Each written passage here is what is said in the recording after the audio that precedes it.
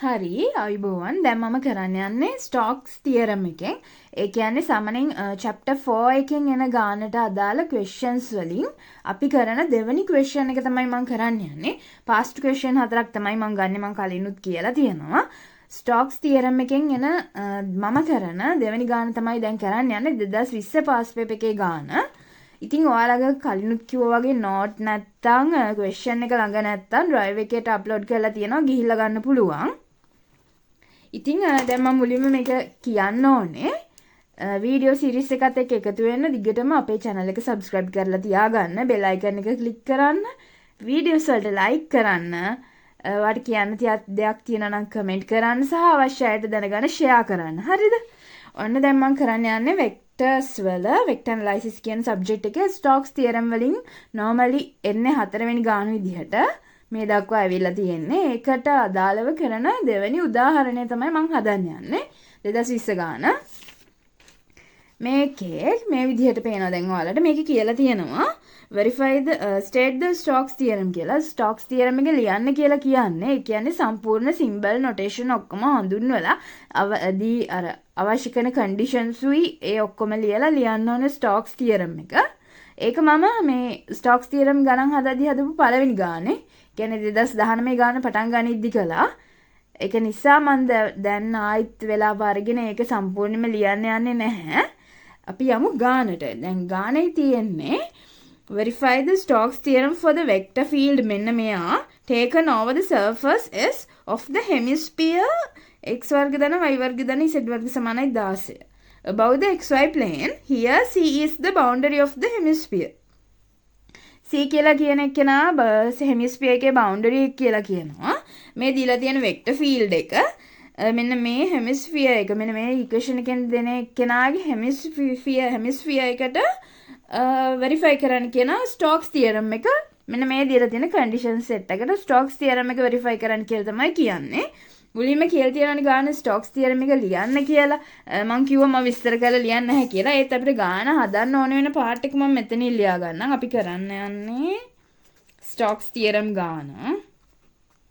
අපේ second example එක Stokes theorem වලින් නේද? second example එකනේ. මේකෙදි basically අපිට ගාන හදන්න ඕන වෙන දත්තය තමයි මම මේ ලියන්න යන්නේ දැන්. මෙන්න මෙයා f dr සමානයි double integral curl f dot nds කියන එක නා. මෙන්න මෙහෙම නේද? එතකොට අපි බලමු දැන් කොහොමද මේ දීලා තියෙන තොරතුරු එක්ක ගාන හැදෙන්නේ කියලා. මෙන්න මේ Stokes theorem එක්කෙනාව verify කරන්න තමයි යන්නේ. මෙන්න මේ දීලා තියෙන විස්තර set එකට f කියලා vector field එකක් දීලා තියෙනවා. දීලා තියෙන hemisphere එකක්, ඒ කියන්නේ ස්පියර් එකකින් භාගයක් වගේ idea එකක් එකේ තියෙන්නේ. අර්ධ ගෝලයක් වගේ idea එකක්. අන්න එයාට කොහොමද මේ දීලා තියෙන තොරතුරු ටිකට Stokes theorem එක verify කරන්න කියලා දැන් බලමු. අපි දැන් මුලින්ම අපි විස්තර ටික ලියාගමු නේද? දෙපිට දීලා තියෙන විස්තර ටික. given vector field මම ගන්නවා දීලා තියෙන vector field එක. මොකද අපිට දීලා තියෙන vector field එක f සමානයි x වර්ග ධන y වර්ග ඍණ 4y. මෙයා y direction එකේ ධන 3යි xy, මෙයා j direction එකේ ධන 2යි xz ධන z වර්ගය, මෙයා k direction එක. ඔය විදිහට තමයි vector field එක දීලා තියෙන්නේ. hemisphere එකක් දීලා තියෙනව නේද? එතකොට එයාව එන්නේ මේ විදිහටනේ. මම මේක ඇඳ ගන්නවා. hemisphere එක මේ වගේ කියලා. මෙහෙම නේ. sorry. මේ ගානින් ගමුකෝ මේ විදිහට. එතකොට මෙයාට ලම්බකයි මෙන්න මේ n hat කියන එක කෙනා. n hat එයාට ලම්බකයි පෘෂ්ඨයට. මෙයාගේ පෘෂ්ඨ සමීකරණය තමයි x වර්ග ධන y වර්ග ධන z වර්ග ඍණ 16 සමානයි බිඳුව කියන එක. එතකොට මෙයාව z axis අක්ෂර ටික නම් කර ගන්න පුළුවන්. එතකොට දැන් මේ තලයේ මෙන්න මේ xy කියන ප්ලේන් එකේ ගත්තොත් එහෙම එතකොට z බිඳුවක් වෙනවනේ. එතකොට යාට එන්නේ x වර්ග ධන y වර්ග සමානයි 16 නේ. z බිඳුවක් වෙනවා. x වර්ග ධන y වර්ග ඍණ 16 සමානයි බිඳුව කියලා අපි ගමුකෝ. මේ ප්ලේන් එක උඩින් ඉන්නවනම් එතකොට z බිඳුවක් එනවා නේද? මේකෙදී අපිට ගන්න පුළුවන් මේ විදිහ එකක් තව. හරිද? දැන් අපි xy කියන එක්කෙනා විතරයිනේ සලකන්නේ z 0 කරලා ගන්නකොට තලයේ xy ප්ලේන් එකේ ඉන්න එක්කෙනාගේ. එතකොට x වර්ග ධන y වර්ග සමානයි 16 කියලා මේකෙන් ගන්න පුළුවන්. එතකොට අපිට කියන්න පුළුවන් මේකේ අරය සම්බන්ධව තමයි මේකෙන් කියවෙන්නේ. අරය 4යි. මෙයා θ කියලා ගත්තොත් එහෙම මම ගන්නවා x මෙයා නම් මෙයා වෙනවා 4යි cos θ නේද? ඒතර y මෙයා නම් මෙයාගේ උස වෙනවා 4යි sin θ කියලා කෙනෙක් නේ. ওই විදිහට ගන්නවා. එතකොට x සමානයි 4යි cos θ වෙනවා y සමානයි 4යි sin θ වෙනවා නේද? හරි බලමු දැන් ඊට පස්සේ අපි ගාන කොහොමද කරගෙන යන්නේ. අපි දන්නවා අපිට දීලා තියෙන රීජන් එක C කියන එක්කෙනා. එතකොට එයාගේ උඩදී z සමානයි 0 xy ප්ලේන් එකේ තමයි තියෙන්නේ. එතකොට r කියන්නේ පොසිෂන් වෙක්ටර් එක මෙයා සමානයි xi ධන yj. ඇයි ඒ z 0 වුණානේ නේද? එතකොට මෙයාගෙන් අපිට dr ගන්න පුළුවන්. dr කියන එක්කෙනා සමාන වෙනවා dxi ධන dyj මේ විදිහට නේද? එතකොට f කියන්නේ කවුද? f කියලා අපිට දුන්නනේ බලයක් එහලා. f සමානයි x වර්ග ධන y වර්ග ඍණ 4y. මෙයා i ඩිරෙක්ෂන් එකේ ධන 3යි xyj ඩිරෙක්ෂන් එකේ ධන 2යි xz ධන z වර්ග කියන එක්කෙනා k ඩිරෙක්ෂන් එකේ නේද? එතකොට මේකෙන්දී අපි දැන් කරන්න යන්නේ මොකද්ද දන්නවද? ලයින් ඉන්ටිග්‍රල් එක මුලින් ගන්නවා. අනුකල f.dr කියන එක්කෙනාව. එතකොට අනුකල f.dr කියන එක්කෙනාව තමයි මුලින්ම ගන්නෙ. ඒකෙදි කරන්න යන්නේ මුලින්ම මේ අපි x සහ y ට ගත්ත θ ගෙන් ගත්ත අගයන් ආදේශ කරලා අවසාන උත්තරයක් ගන්න තමයි අපි ගානේදී බලාපොරොත්තු වෙන්නේ. බලමු දැන් කොහොමද කරන්න කියලා. මම ගන්නවා ඒකේ ඉතුරු කොටස මේ විදිහට අනුකල f.dr මෙයාවනේ දැන් අපි හොයන්න ඕනේ නේද f.dr නේ. එතකොට එනවා මම x වර්ග ධන y වර්ග ඍණ 4y i ඩිරෙක්ෂන් එකේ ධන 3යි xyj ඩිරෙක්ෂන් එකේ ධන 2යි xz ධන z වර්ග කියන එක්කෙනා k ඩිරෙක්ෂන් එකේ right. මෙයාගේ ඩොට් මෙයා වරක් ඩොට් dxi ධන dyj මේ විදිහට නේද? මේ දෙනාගේ ඩොට් ප්‍රොඩක්ට් එකක් විදිහට අරගෙන තමයි මේ අනුකලනය කරන්න තියෙන්නේ. එතකොට අපි දන්නවා මේකෙදි එන්නේ අපිට මෙතන i times i ගුණ වුණාම එනවා x වර්ග ධන y වර්ග ඍණ 4y කියන එක්කෙනා වරක් dx නේ. dx ධන මේ දෙන්නගෙන් මෙන්න මේ දෙන්නගෙන් එනවා ධන 3යි xy dy කියලා කෙනෙක්. ওই විදිහටනේ එන්නේ. හරිද? එතකොට අපි දැන් මේකට ගත්තනේ අගයන් ටිකක් මම ඒක මේ විදිහට ගන්නම්. අපි ගත්තා x ට කලින් රූප සටහනේ විදිහට x සමානයි 4යි cos θ කියලා. එතකොට එයාගෙන් dx අපි ගන්නවා 4යි cos θ අවකලනය කරාම ඍණ sin θ d θ නේද? එතකොට y සමානයි 4යි sin θ කියලා ගත්තා. එතකොට dy සමාන වෙනවා 4යි cos θ d θ මේ විදිහට නේද? මෙහෙමනේ. හරිද? එතකොට තව දෙයක් තියෙනවා. on xy plane. on xy plane මේක z බිඳුවට සමාන වෙනවනේ. ඒක නිසා x වර්ගය ධන y වර්ගය කියන එක්කෙනා සමාන වෙනවා 16ටයි. z කියන එක්කෙනා බිඳුවට සමාන වෙච්ච නිසා මේ දෙන්නා විතරයි මෙතනදී සලකන්නේ අපි. හරිද? එතකොට අපිට එනවා දැන් උත්තරය. අපි දැන් ගන්න යන්නේ මේක x සහ y ටයි dx සහ dy ටයි මෙන්න මේ ගත්ත θ ගෙන් ගත්ත අගයන් ටික ආදේශ කරන්න යන්නේ. ඉස්සෙල් අපි මේක දැන් කියන්න ඕන දෙයක් තමයි θ ගේ සීමාව. θ යන්නේ 0 to 2π right? 0 to 2π දක්වා තමයි θ යන්නේ. ඔය විදිහට. හරිද? දැන් හදමු ගාන. මෙයා මම ගන්නවා. එයා සමානයි අනුකල x වර්ග ධන y වර්ග කියන්නේ කවුද? x වර්ග ධන y වර්ග කියලා කියන්නේ 16 නේ. මම 16 කෙලින්ම දාන්න. 16 ඍණ 4 වරක් y කියන්නේ 4යි sin θ නේ. 4යි sin θ. මෙන්න මෙයාගේ සම්පූර්ණ එක්කෙනාට එනවා dx. dx කියන්නේ කවුද? ඍණ 4යි sin θ d θ. ඍණ 4යි sin θ d θ නේ. ප්ලස් 3යි xy dy නේ ඉන්නේ. 3 වරක් x කියලා කියන්නේ 4යි cos θ වරක් y කියලා කියන්නේ 4යි sin θ d θ. හරිනේ. ඔය විදිහට දැන් d θ ගෙන් අනුකලනය වෙන දෙන්නම මේක එකක් විදිහට අරගෙන අපිට ලේසියෙන් සුළු කරලා දාන්න පුළුවන්. බලමු දැන් කොහොමද මේක කරන්නේ කියලා අනුකල මෙයාගේ θ ගේ සීමාව යනවා 0 ඉඳන් 2.5 වෙනකම් මේ විදිහට 0 ඉඳන් 2.5 වෙනකම්. දැන් මේ එළියේ ඉන ඍණ 4යි sin θ ගෙන් ඇතුළ ගුණ කරන්න මම යන්නේ.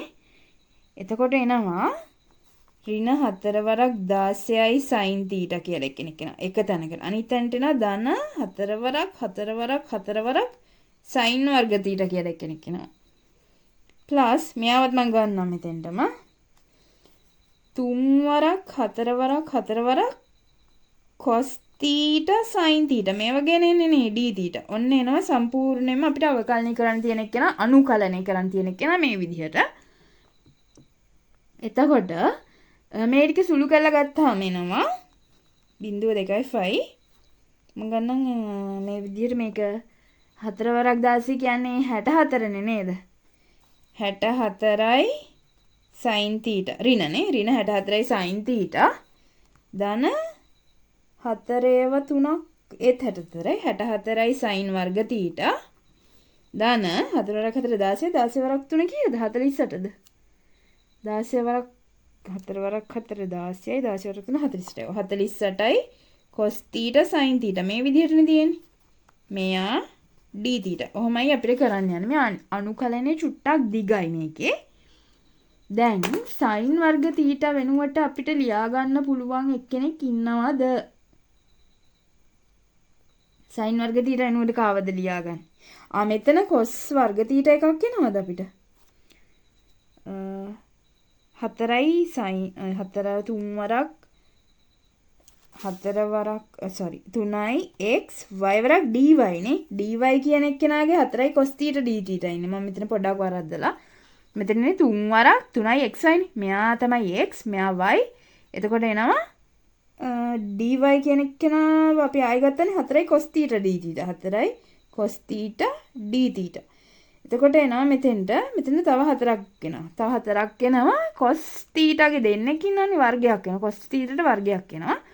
එතකොට මේකට එනවා 48 වරක් 4 මොකද 4 වරක් 16 192ක් නේ 192යි cos වර්ග θ sin θ කියලා එක්කෙනෙක් එන්නේ නේ මේක සුළු කළාම මෙතන තියෙන 4 වරක් 3 වරක් 4 වරක් 4 වරක් cos වර්ග θ sin θ right ඇයි මේ dy කියන එක්කෙනා මෙන්න මෙයා නිසා හරිද දැන් අනුකලන චුට්ටක් දිගයි මේකේ මම දන්නේ මේකට ඔයාලට මොකක් හරි කෙටි තව මාර්ගයක් තියනවාද කියලා මම කරගෙන යන්නේ මේ විදිහට මගේ පාත් එකෙන් අනුකලනයේ චූට්ටක් දිගයි මේකේ දැන් හරි ඍණ 64යි sin θ ඉන්නවනේ මෙතන නේද ප්ලස් 64 වරක් sin වර්ග θ 64 මම මේ විදිහට ලියා ගන්න 32 වරක් 2යි sin වර්ග θ කියලා ලියා ගන්න ප්ලස් මේක මම ලියා ගන්නවා 192යි sin θ වරක් එක ඍණ sin වර්ග θ කියලා ලියා ගන්න d θ. අපි එක જાතියකින් ගමු මොකක් හරි එක જાතියකින්. එතකොට ලේසියෙන් අනුකලනය කරන්න.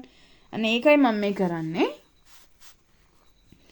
සමානයි අනුකල ඍණ 64යි sin θ ඉන්නවා ප්ලස් 32 වරක් 2යි sin වර්ග θ කියන්නේ කවුද?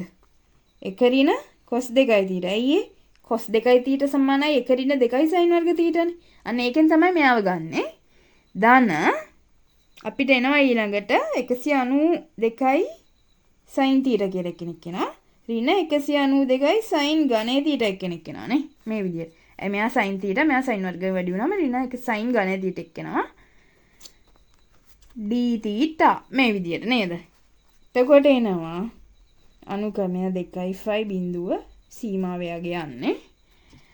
මම ගන්නවා එතකොට 128 දැන් එතන ඍණ 64යි ධන 192යි ගුණ වුණාම අපිට එනවා ගුණ වුණාම මේ ඒකේ සුළු වුණාම 128යි sin θ කියලා එක්කෙනෙක් එනවා මෙතෙන්ට ප්ලස් 32 ඍණ 32යි cos 2යි θ ඍණ 192යි sin ඝනය θ මම ලියනවා 48 වරක් 4යි sin ඝනය θ කියලා. ඇයි එහෙම ලියන්නේ?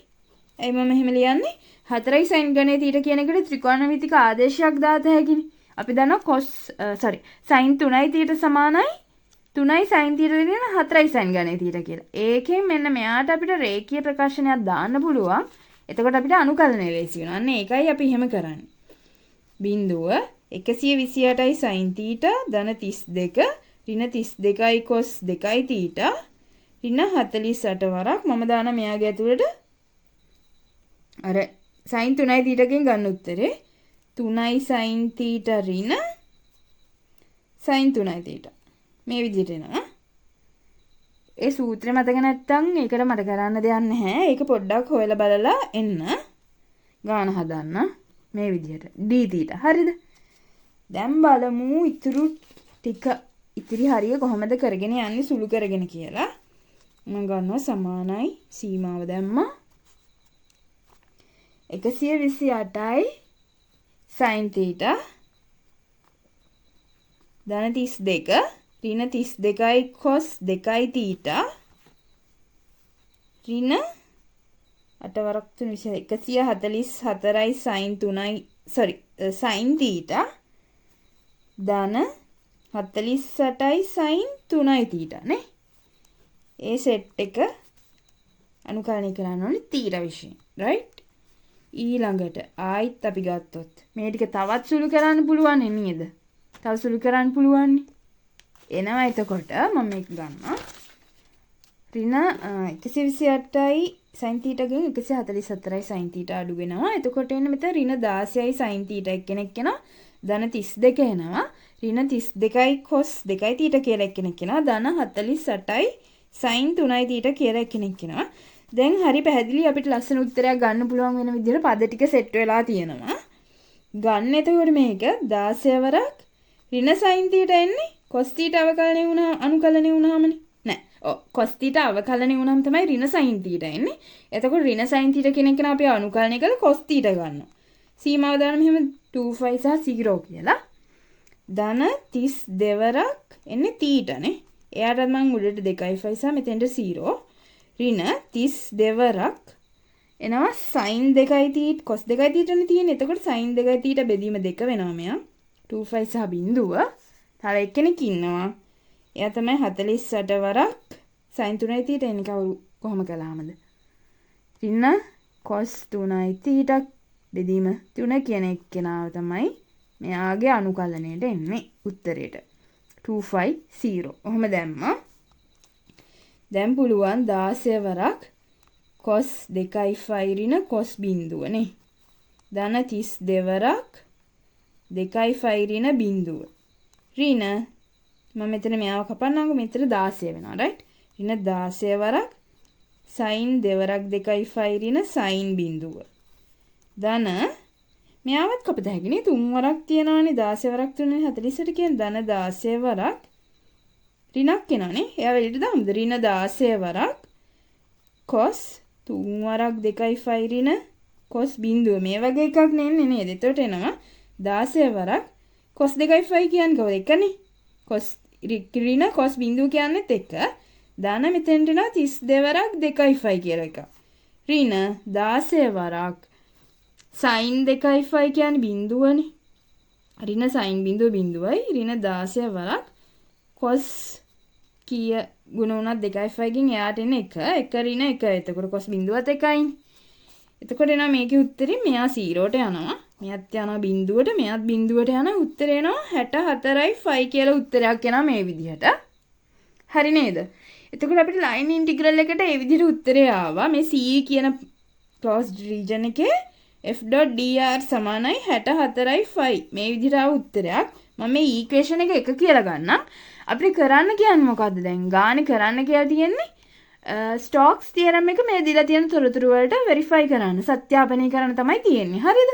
එතකොට දැන් මේ ස්ටෝක්ස් තියරම් එකේ වම් පැත්ත තමයි මේ විදිහට ගත්තේ. එයාම 1 කියලා නම් කළා. ස්ටෝක්ස් තියරම් එකේ right hand side එක ගන්න තමයි යන්නේ. එයත් මේ උත්තරයට සමාන වුණොත් ගැටලුවක් නෑ. අපිට කියන්න පුළුවන් ස්ටෝක්ස් තියරම් එක වෙරිෆයි වුණා මේ දීලා තියෙන දත්තවලට කියලා. හරිද? දැන් අපි බලමු ඊළඟට කොහමද surface integral එකනේ තියෙන right hand side එකේ නේද? අපි දැන් line integral එක තමයි මේ විදිහට ගත්තේ. මම ඒක ලියන්නම් කොහොමද line integral එක තමයි මේ විදිහට ගත්තේ. ඊළඟට ගන්න යන්නේ අපි surface integral එක නේද? checking for surface integral.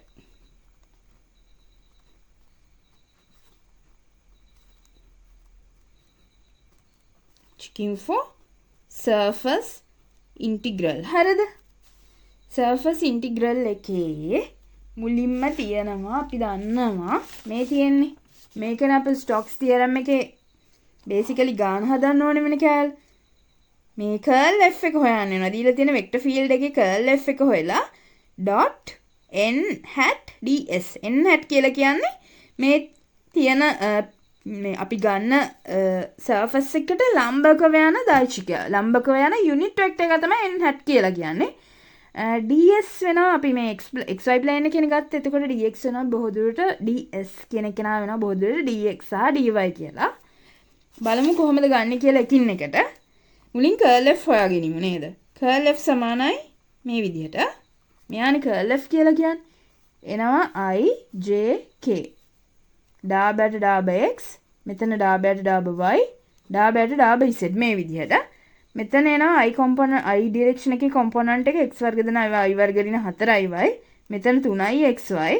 මෙතන 2යි xz දන z වර්ගය මේ විදිහට නේද? ඔහමනේ. සමානයි. මම දැන් මේක සුළු කරලා ගන්නවා. I direction එකට එන්නේ මේ දෙන්නනේ. මෙයාව y විෂයෙන් පාර්ශල් වුණාම බිඳුවයි. මෙන්න මෙයාව z විෂයෙන් පාර්ශල් වුණාමත් බිඳුවයි. ඍණ j වරක් මම ගන්නවා මේ දෙන්නනේ. මෙන්න මෙයාව x විෂයෙන් පාර්ශල් කරන්න තියෙන්නේ. එතකොට එනවා 2z එකක් එනවා නේ. 2z එකක් එනවා එච්චරයි. ඍණ මෙයාව z විෂයෙන් පාර්ශල් කරාම ඉන්නේ 0. එයාව z විෂයෙන් පාර්ශල් කරාම බිඳුවක් එන්නේ. එච්චරයි ධන k මේ ඩබල් ගන්න වෙන්නේ. මේ සෙට් එක 3යි xy කියන එක නාව x විෂයෙන් පාර්ශල් කරාම එනවා 3y කියලා නේ. ඍණ මෙයාව මෙන්න මෙයාව y විෂයෙන් පාර්ශල් කරාම එනවා ඍණ 4y එකක්. ඍණ 4ක් y නෑ. ඍණ 4යි y කියන එක නාව y විෂයෙන් පාර්ශල් කරාම ඍණ 4ක් එනවා. එතකොට මම ඒක ආයි මෙහෙම පැහැදිලි ලියා ගන්න. මෙතන ඉන i තවර බිඳුව ඍණ j වරක් 2z කියන එක නා ඉන්නවා. ධන ඉන්න 3y නැහැනේ. හරි. මෙතන තව එක්කෙනෙක් ඉන්නවා. y වර්ගයකුත් තියෙනවානේ. y වර්ගයව මෙතන y විෂයන අනුකලන පාර්ශලි අවකලනය කරාම එනවා 2y එකක්. එතකොට ඍණ 4y කියන එක්කෙනාගෙන් ඍණ 4ක් එනවා. එතන මෙතෙන්ට එන්නේ මේක ඇතුළට එන්නේ 2y ඍණ 4 නේද? එතකොට මෙතන එන්නේ k වරක් 3y ඍණ 2y ඍණ 4 කියන එක නා. මේ විදිහට නේ. එතකොට එනවා ඍණ 2zj මෙයා බිඳුවයි. ධන 3y ගෙන් 2y ගියම y.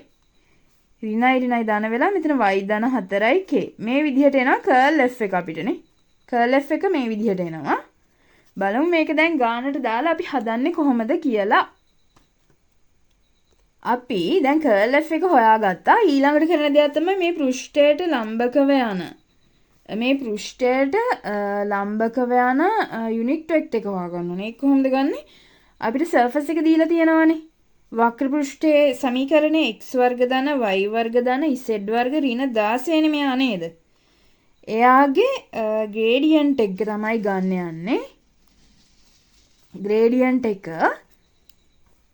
බෙදනවා දැන් මේ ගන්න එක නා ඉන්නවනේ. ඒ කියන්නේ normal vector එක වෙන්නේ මෙයාගේ gradient function. මේ දීලා තියෙන surface එකේ equation එකේ gradient function එක තමයි normal vector එක වෙන්නේ. unit normal vector එක ගන්න අපි එයාව බෙදනවා එයාගේ මාපාංකයෙන්. right? ඒක තමයි මේ මෙතන කරලා තියෙන්නේ. එතකොට grad f වෙනවා මේක මෙන්න මෙයාගේ grad f එක එනවා 2xi ධන 2yj ධන 2zk මේ විදිහට. හරිද? එතකොට දැන් එයාගේ මේ normal vector එක මෙයා තමයි normal vector එක face එකට. එතකොට අපිට ඕනේ unit normal vector එක. එහෙනම් බෙදනවා මෙයාගේ මාපාංකගේ විශාලත්වයෙන් නේ. එතකොට එන්නේ මේක 2x ගේ වර්ගය ධන 2y ගේ වර්ගය ධන 2z ගේ වර්ගයේ වර්ගමූලය මේ විදිහට නේද?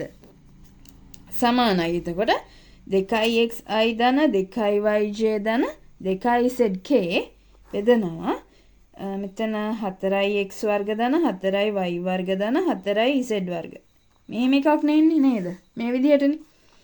ඒකෙන් අපිට ගන්න පුළුවන් මේ විදිහට ධන 2zk බෙදනවා 4 කියන එක නා පොදුවේ එළියට ගන්න පුළුවන් මේ වර්ගමූල ලකුණෙන් එළියට ගන්න නිසා 4 වර්ගමූලය තමයි. ඒතර 2.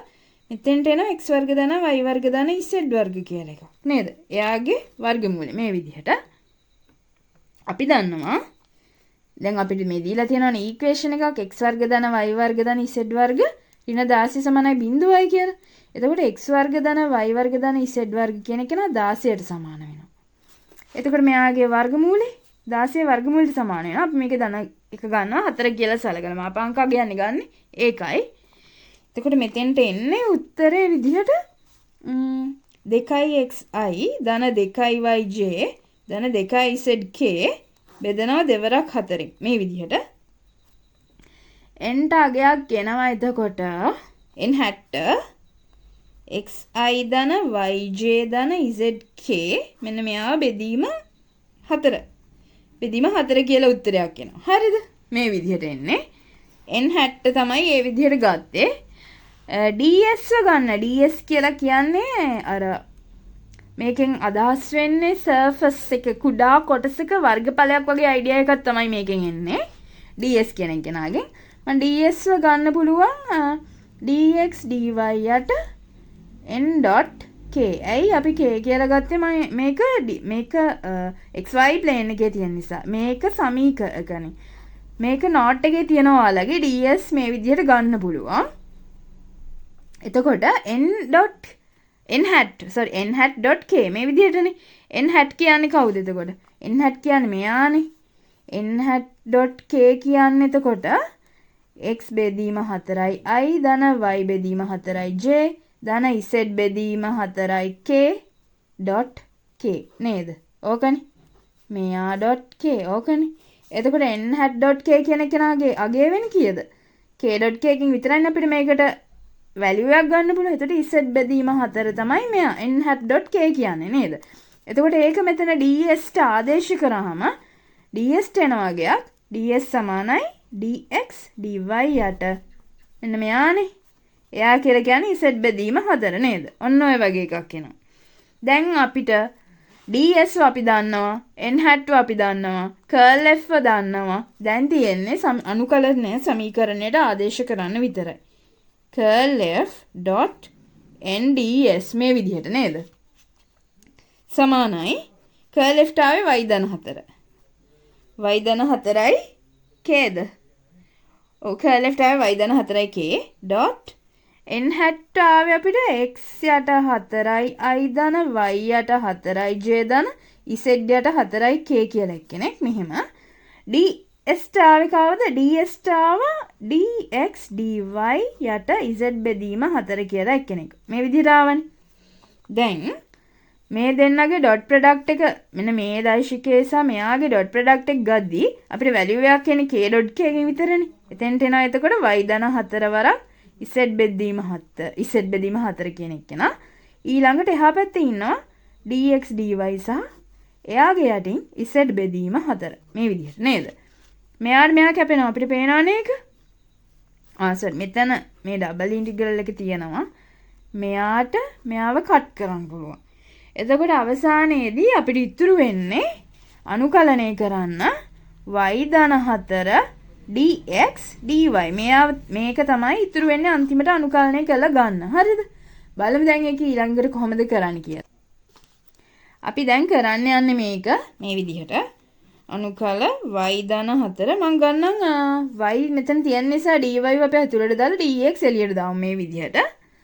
එතකොට මේකේ සීමාව කොහොමද දාන්නේ? අපි දන්නවා දැන් මේ දීලා තියෙන ප්ලේන් එකේ x වර්ගය ධන y වර්ග සමානයි 16 කියලා.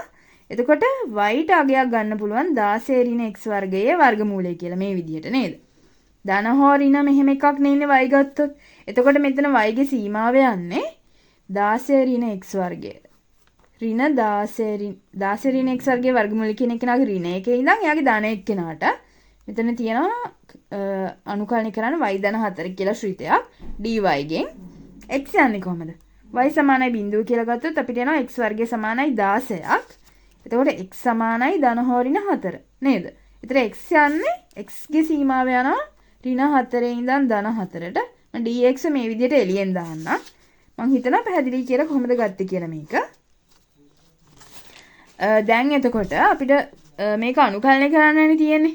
y විෂයෙන් ඔන්න දැන් මම කරනවා ඇතුළේ එක්කෙනාව y විෂයෙන් අනුකලනය කරන්න තියෙන්නේ. y වර්ගයේ බෙදීම 2 ධන 4y මේ විදිහට තමයි එන්නේ. මෙයාගේ 16 ඍණ x වර්ගයේ වර්ගමූලය මෙයාගේ ඍණ 16 ඍණ x වර්ගයේ වර්ගමූලය right ඔය විදිහට ආදේශ කළ ගමු. මෙයා යන්නේ ඍණ 4 ඉඳන් 4ට dx එක්කෙනෙක් එළියෙන් ඉන්න මේ විදිහට. එතකොට එනවා y වර්ගයනේ මෙතන තියෙන්නේ. y වර්ගය කළාම මෙයාගේ වර්ගමූල ලකුණ ඉවත් වෙලා යනවා. 16 ඍණ x වර්ගය ඍණ 16 ඍණ x වර්ගය මේ වගේ එකක්නේ. බෙදීම 2 ධන 4 වරක් 16 ඍණ x වර්ගය ඍණ 16 ඍණ x වර්ගයේ වර්ගමූලය මේ වගේ එකක් නේද?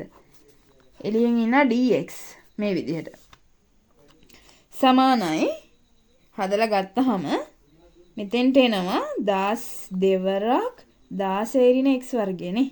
එයා ධන දෙනවනේ. බෙදීම 2 ඉන්නවා ධන 4 වරක් 16 ඍණ x වර්ගයේ වර්ගමූලය මෙන්න මෙයාගේ දෙවරයක් ඉන්න. මෙයා ඍණ මෙයානේ. එතකොට එයාව දෙකෙන් ගුණ වෙනවා. දෙවරක් එයා වෙනවා.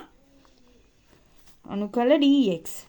x යන්නේ ඍණ 4 ඉඳන් ධන 4ට. ඔය විදිහට. හරිද? දෙකට දෙක මෙතන කැපෙනවා. මෙතන එතකොට ඉතුරු වෙනවා අපිට 16 ඍණ x වර්ගය. පැහැදිලිව මෙයා ඉන්නවා ධන 8 වරක් 16 ඍණ x වර්ගයේ වර්ගමූලය කියලා කෙනෙක් ඉන්නවා. dx මේ විදිහටනේ 4 ඍණ 4. ඔය විදිහට තමයි ඉන්නේ. බලමු මෙයා ටිකක් සංකීර්ණ වගේ පේනනේ. මෙයා මුලින්ම අවකලනය කරලා ඉමුද? එයාව අනුකලනය කරලා ඉමු. මෙතන පොඩි ප්‍රශ්නයක් තියෙනවා. මම මේකේ ගාන පොඩ්ඩක් කරලා තියෙන වැරදි. මොකද දැන් මෙතන 16 ඍණ x වර්ගයේ වර්ගමූලය මෙයා වර්ග වුණාම මෙයානේ. ඍණ මෙයාව වර්ග වුණාම එන්නේ මෙයාම තමයි. එතකොට මෙතෙන්ට එන්නේ ප්ලස් මාක් එකක්. මෙතෙන්ට ඍණ ලකුණක් එන්නේ. ඇයි දැන් ඍණ වර්ගමූල 16 ඍණ x වර්ගය කියන එක මෙතන. ඍණ වර්ගමූල 16 ඍණ x වර්ගය කියන එක නා වර්ග කළාමත් එන්නේ 16 ඍණ x වර්ගය කියන ධන උත්තරය. එතකොට මෙයාගේ ධන සංඛ්‍යාවෙනුයි ඍණ එක්කෙනාවෙනුයි එයාගේ වර්ග කළාම එන්නේ එකම එකනේ. එතකොට මෙයා ඍණ මෙයා කියලා ගන්න වෙන්නේ. හරිද? එතකොට මෙයා ඍණ මෙයා බිඳුවට යනවා right? මේ පදයම යනවා බිඳුවට එතකොට. එතකොට අපිට ඉතුරු වෙන්නේ අනුකලනය කරන්න මෙන්න මෙයා විතරයි.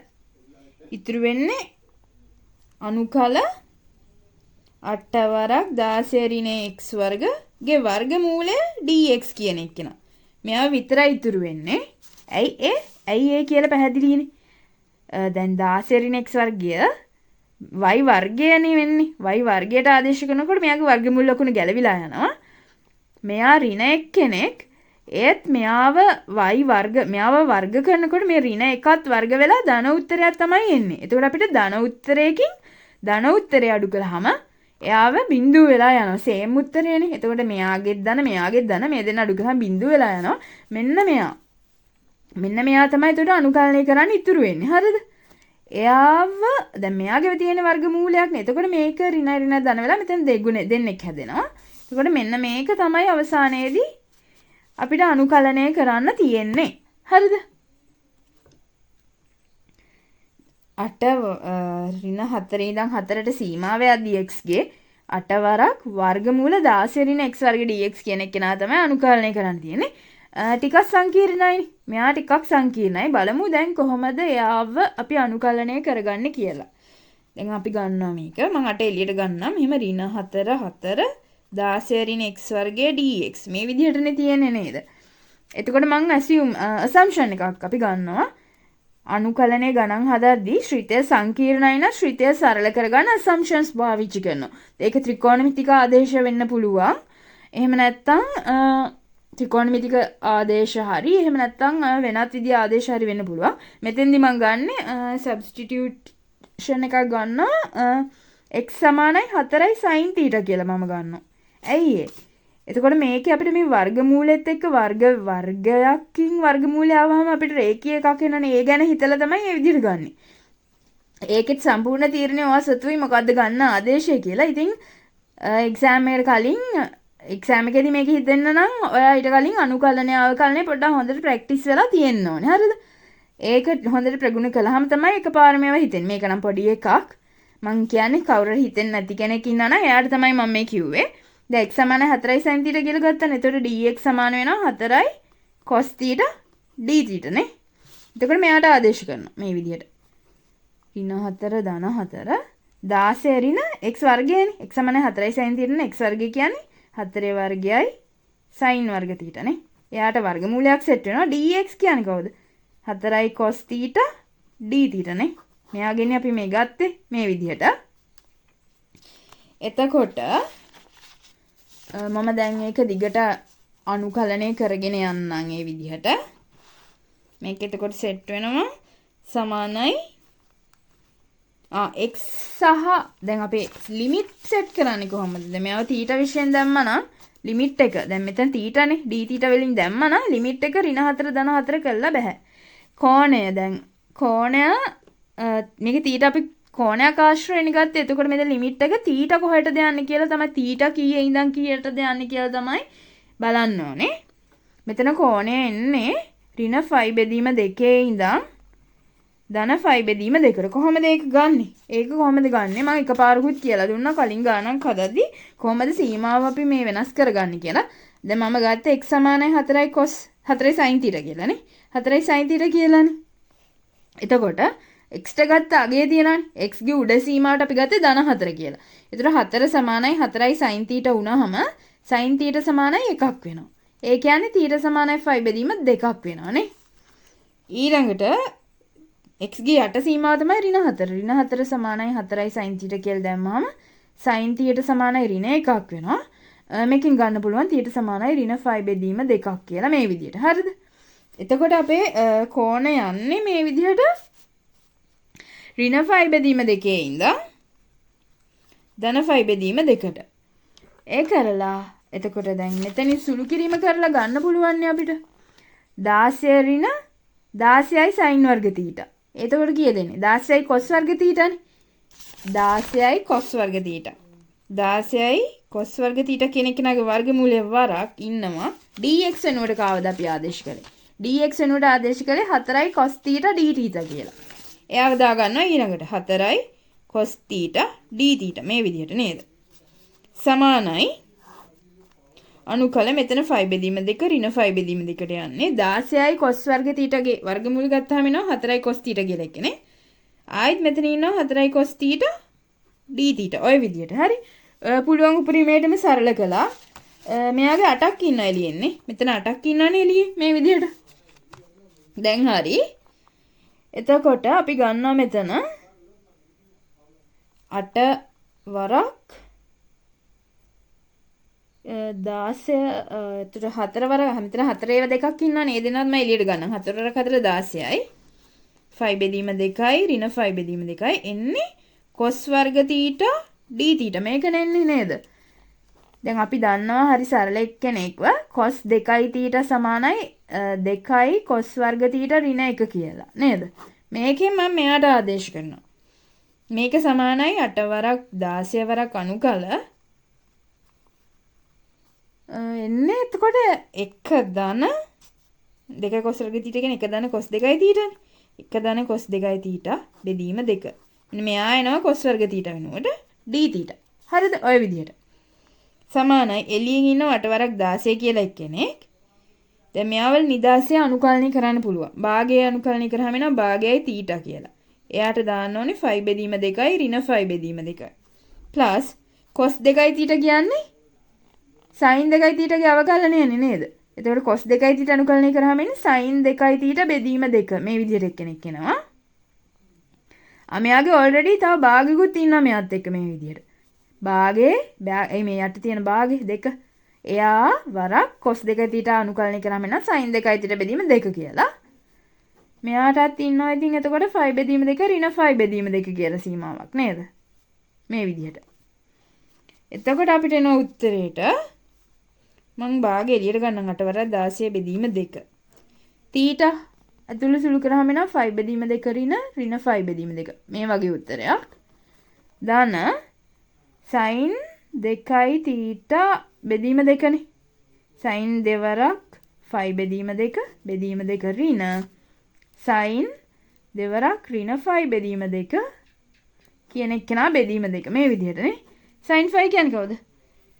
sin 5 කියන්නේ බිඳුව. එතකොට මෙයාව 0ට යනවා. දැන් මෙයා 2ට 2 අපුණා මෙතන 5 නේ ඉතුරු වෙන්නේ. sin 5 බිඳුවයි. මෙයාවත් බිඳුවට යනවා. එතන මෙතනෙන් උත්තරේ ඉතුරු වෙන්නේ මේ සෙට් එක විතරයි. මෙයා එනවා 8 වරක් 16 බෙදීම 2 වරක් 5 බෙදීම 2ට 5 බෙදීම 2ක් එකතු වුනහම එන්නේ 5 කියලා උත්තරය. සමානයි 2 වරක් 1යි 2 වරක් 4යි. 16 වරක් 4 කීයද? 64යි.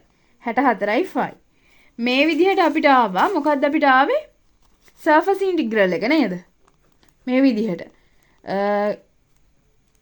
curl f dot n hat ds සමානයි.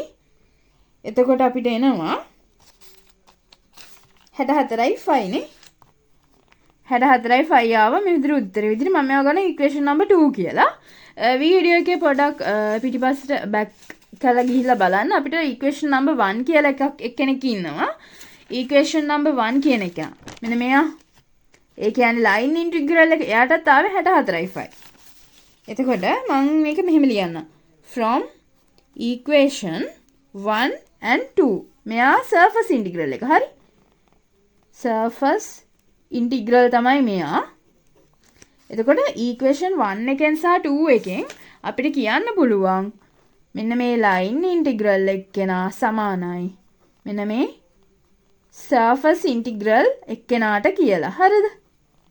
එතකොට දැන් හරිනේ. ඕක තමයි පෙන්වන්න තියෙන්නේ. එතකොට අන්තිමට ලියනවා hence Stokes theorem is verified. හරිද? ඔය විදිහට. හොඳයි.